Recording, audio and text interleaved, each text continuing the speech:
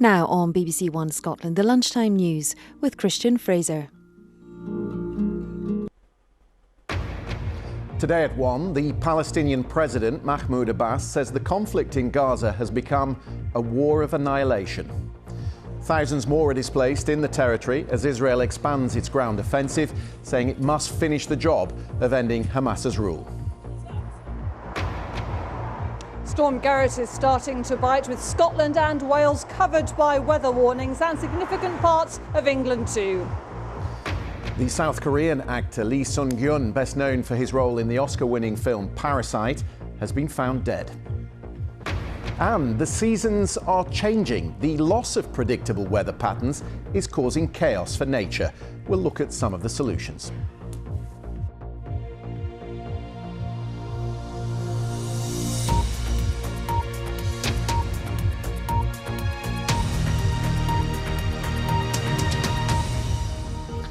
Good afternoon. Israel is expanding its ground offensive in central Gaza, having struck what it says is the underground headquarters of Hamas in the north of the territory. An Israeli government spokesman told the BBC that while Israel cannot dismantle Hamas's ideology, it must finish the job of ending the group's rule in Gaza. Hamas is designated a terrorist organisation by the UK government. The health ministry in Gaza, which is run by Hamas, says at least 195 people have been killed in the past 24 hours. The World Health Organization has described it as a bloodbath. Meanwhile, the Palestinian President Mahmoud Abbas, a political rival of Hamas based in the Israeli-occupied West Bank, described the war as beyond a catastrophe. Our Middle East correspondent Yolan Nell reports. On the move again. Palestinian families now desperately fleeing much of central Gaza as Israel's ground offensive expands into a new part of the besieged territory. Me and my kids, everyone's evacuating, says Abir Bennett. Already my niece was killed. Casualties fill even the floor of the nearby hospital. The World Health Organization describing the scenes here as a bloodbath. And this as Israel's army is warning that the war will continue for many more months, as it insists it will find Hamas leaders who masterminded the deadly 7th of October attacks. A government spokesman says Israel's aims are clear. We can't destroy Hamas's ideology, unfortunately, that's not realistic, but we can remove them from power. We can prevent them from having control over this territorial enclave, and that will do a lot to save lives and prevent future conflict in the region. With the number of Palestinians killed now in excess of 20,000, according to local health officials, this is one of the most devastating military campaigns in recent history. In Rafah yesterday, it was a bulldozer that unceremoniously buried the dead. And there's the constant danger of this war spreading. We've seen more attacks by Iran-backed groups across the Middle East in recent days. And there's been more violence too in the occupied West Bank. Today, this was an Israeli strike which killed at least 6 Palestinians in the West Bank. Israel's military says they were armed terrorists. Locals deny it. It comes after the Palestinian president, a political rival of Hamas, warned the area could implode. What's happening in the Palestinian territories is far beyond a disaster and far more than a genocide. The Palestinians have never seen anything like this. Even during Nakba catastrophe in 1948, what's happening today is far worse. Meanwhile, this was a missile being fired at northern Israel by Hezbollah in Lebanon. And Israel's military says it shot down this drone sent by Houthi rebels in Yemen over the Red Sea. The fighting now extends across multiple fronts. Yolan Nell, BBC News, Jerusalem. The German shipping firm Hapag-Lloyd says it's still too dangerous to send vessels through the Red Sea. Many of the world's biggest container shipping companies have stopped using the route because of attacks by Iranian-backed Houthi rebels in Yemen. The attacks began after the start of the Israeli-Gaza war, with the Houthis declaring their support for Hamas. The group have said they are targeting vessels which they believe are heading for Israel.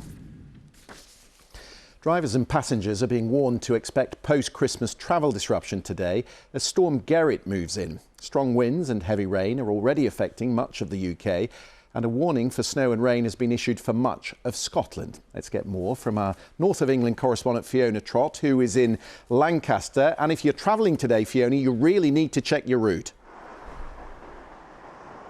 That's right, that's because you can see there's a yellow warning for rain here today in this part of the world. Flooding is likely on some roads, and there's also a yellow warning for wind too. So motorists are being told to slow down here on places like the M6, and particularly problems here for high-sided vehicles. Let me give you an idea of what's happening across the UK. The Met Office is explaining that the worst affected areas at the moment are parts of Scotland, central and eastern parts of Scotland, where we have snow and rain.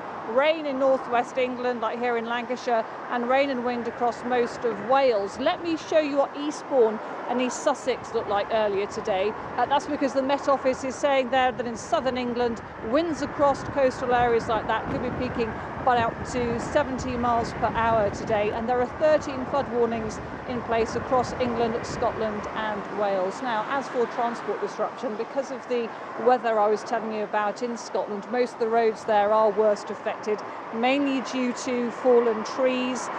In Dundee, though, strong winds causing a problem. The A92 is closed to high-sided vehicles there. And in Wales, the M48 Severn Bridge crossing is also closed due to high winds. Now, on the trains, we're being told that the storm is affecting ScotRail services until about 9 o'clock tomorrow morning, again because of things like fallen trees, and there'll be isolated flooding there as well. Glasgow and Edinburgh and Glasgow and Airdrie are the areas worst affected there, and flooding has affected rail services in Wales and between Leeds and here in northwest England. Now, of course, with the rain, with the wind, we've got problems with power outages as well. And what we're hearing from Electricity North West is that it has more engineers on standby, prepared for any power cuts in the coming hours. And the Energy Network Association has just this second told us that at lunchtime today, around 8,600 homes were without power as a result of Storm Gerrit. That storm due to move to the northeast later today. Fiona Trott in Lancaster, thank you very much. The Treasury says Jeremy Hunt will deliver his spring budget on the 6th of March. It could be the last opportunity the government has to announce changes to tax and spending plans before a general election next year. The Chancellor used his autumn statement last month to extend tax breaks for business and cut national insurance. The South Korean actor Lee Sun-kyun, who played a leading role in the Oscar-winning film Parasite, has been found dead. Police say his body was discovered in a car in the capital, Seoul. The star, who was a household name in South Korea, was recently questioned by police about his alleged drug use. Nick Marsh reports from Seoul. Lee Sun-kyun was a man at the top of his game. He played the father in the Park family in the searing social satire Parasite, which won the Oscar for Best Picture in 2019. Even before that, he was a household name in South Korea, playing the leading man in well-loved rom-coms and dramas. But his life was turned upside down 2 months ago, when reports emerged that he'd been visiting an escort karaoke bar. I'm sorry for the concern I caused. He was accused of taking marijuana and ketamine with one of the women. Mr. Lee strenuously denied the drug use and said he was being blackmailed. South Korea has strict laws on drugs. This weekend he was questioned by police overnight for 19 hours. Celebrities are held to a high standard in South Korea. Using drugs, visiting escort bars, those kinds of things can ruin the career of a public figure. But there's also been sympathy for a man who, in a Western country at least, might not have found himself in this situation. This is where Lee Sun-kyun was found, alone in his car in one of Seoul's main parks. Police had received the report that he'd left his home and written what appears to be a suicide note. His family have asked the public to respect their wishes and allow them to grieve. Nick Marsh, BBC News, Seoul. Driverless cars could be with us sooner than we might have imagined. The Transport Secretary, Mark Harper, told the BBC today they could be on UK roads by the end of 2026. The self-driving vehicles, which operate by technology, including sensors, have been tested on public roads in the United States and China, but not in the UK yet. Last month, the government announced plans for new legislation to bring automated driving to the UK. Police in England and Wales have for months now been making a renewed effort to attend residential burglaries. The National Police Chiefs Council says officers should prioritise attending within an hour of the report being made, the so-called golden hour, to increase their chances of solving the case. Our home editor Mark Easton has been to see if progress is being made. This burglar, making off with thousands of pounds worth of power tools from a home in St Albans, has never been caught, despite owner and amateur detective Sharon presenting a dossier of evidence to the police. I zoomed in when he came round the side here. Distinctive nose. Sharon has done her own house-to-house inquiries, collecting CCTV images of the theft from neighbours, frustrated that Hertfordshire police have been unable to track down the culprit. You think you've identified the burglar? Yeah, he's around. He's around and I've given them information and I'm hoping they've looked at the CCTV. But the police haven't made any arrests? No, I've given them the information. I've heard nothing since. It's a familiar story. In less than 4% of residential burglaries across England and Wales is anyone charged. None of these burglars has been apprehended, although Hertfordshire police say if new investigative opportunities become available, they will be acted upon. Victims complain break-ins are not seen as a priority. We're going to an address of a victim of burglary. But that's about to change. Police chiefs have agreed to attend every residential break-in reported to them, with new guidance on how burglaries should be investigated. Do you want to tell me what's happened? All the glass was broken and the window was open. PC Mary Leslie is among the Greater Manchester police officers who've been testing the policy for 2 years. Right, so as you can see, obviously this is where they've attempted to get in. They've been attending all domestic burglaries, even when, as here in Rochdale, the victim's on holiday and nothing appears to have been taken. The previous focus, I think, did take the eye off the ball in terms of burglary. Superintendent Chris Foster says the break-in policy has seen the charge rate almost triple across Greater Manchester. His resolve to catch burglars strengthened by an incident when he was a little boy. I do recall when I was about 8 years old, I came home and we'd been burgled and there was a footprint on the windowsill. I couldn't sleep that night. I had to go to bed with a rolling pin under the bed. And I think we forget it's not just financial loss. Someone's been in your house. Burglary is not an easy crime to solve. We're just going to a thieves' on, so we call it that when there's people at the address trying to force entry. There's been a debate about the sense in throwing resources at incidents where little of value's been taken and the chances of finding the perpetrator are so low. Previously it's been, actually we can't do anything about it, sorry, see you later, goodbye, crime closed. Now, if we do our job properly, if we turn up properly, investigate properly, arrest people, even if it's negative, it's something where we can say we've done a good job and that begets confidence. Well, the good news is that your likelihood of having your home broken into is lower now than it's ever been. Burglaries down 80% since the mid-90s in England and Wales. But there are still more than 1,000 break-ins a day, and for some victims, the psychological impact can be devastating. Policing is not just about catching criminals, it's also about showing that officers understand the emotional trauma when a home is violated. Mark Easton, BBC News, Rochdale. The UK's increasingly unpredictable weather patterns are causing chaos for nature, according to the National Trust. It warns climate change is upsetting the regular rhythm of the seasons and making plants and wildlife more susceptible to disease. But the Trust says it is finding solutions to build increased resilience into our ecosystems, as our climate editor Justin Rollout has been finding out. The seasons are changing, says the National Trust, with hotter summers and milder winters. You just look out across there. Oh, yeah. And our shifting seasons are affecting the natural world all around us. There's quite a few of them, aren't there? Yeah. And there's stags in amongst them. So we've got a group there of about 3 or 4 hinds, 2 stags, and you can just make out a couple of the smaller calves. Red deer are rutting later in the year. That is when stags do battle to attract females.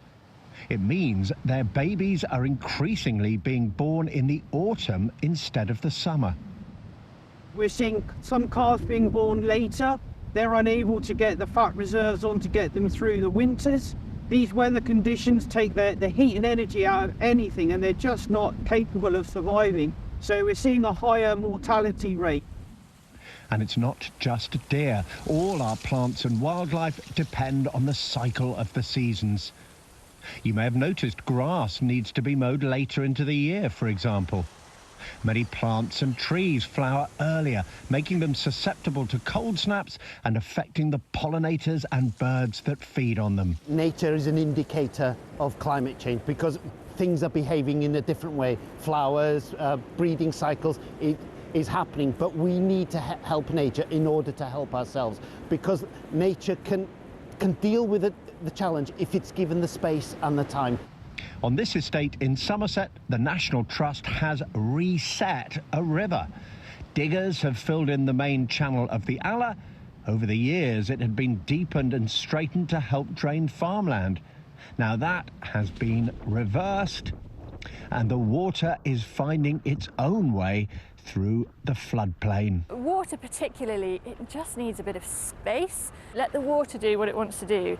And what it wants to do is create this amazing, amazing habitat with just channels all the way through the landscape, pools, ponds, wetlands, and all the water, instead of going down like a drain, it's like a sponge now. It's just been soaked up into the landscape.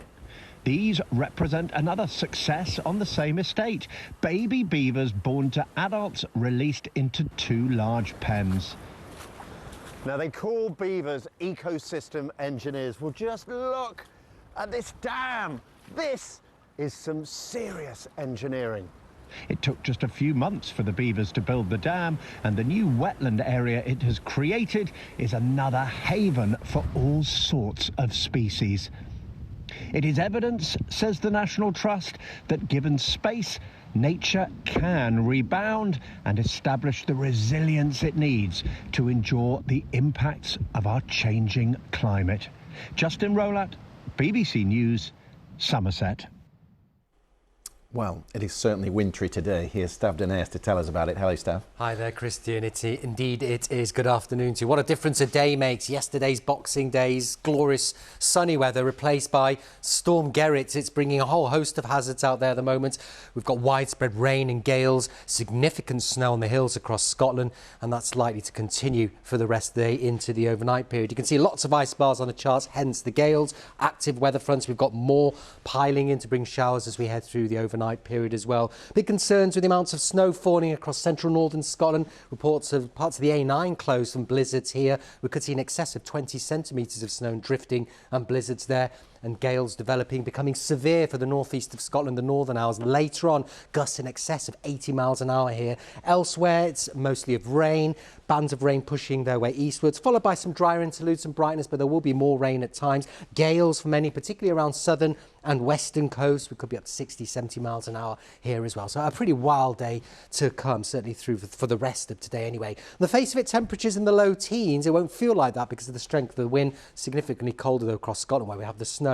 So the gales, severe gales and the blizzards continue across the northern hours tonight. Elsewhere, it stays windy, further gales, southern and western areas, bands of showers moving through. There will be some drier interludes with some clear spells. I think temperatures a little bit lower than what they were last night, ranging from around freezing to 9 or 10 across the south. Tomorrow then it stays blustery. It's another windy day with gales again northwest England and Wales, mainly around Irish Sea coast. Sunshine and blustery showers moving through. Some of these will be heavy at times, not as windy across the north of Scotland, but still some showers here and a cold feeling day across northern areas. But again, double figures for large parts of England and Wales. Factor in the wind, it won't feel quite as mild. As we head into Friday, we see that area of low pressure affect the northeast of Scotland, so return to gales here. For most of us, it's sunshine and showers. Colder air will be sinking southwards, so it could turn this band of showery rain through northern Ireland, northern England a little bit wintry.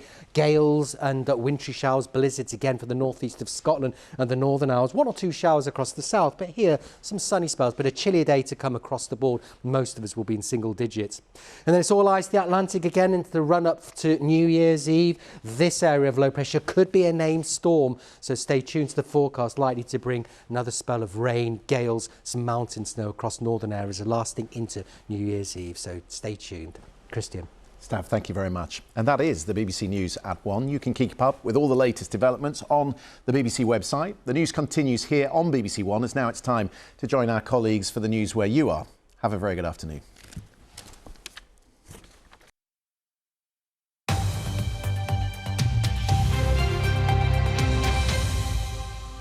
Hello, good afternoon. Travellers are facing major disruption on the roads, railways and seas as Storm Gerrit batters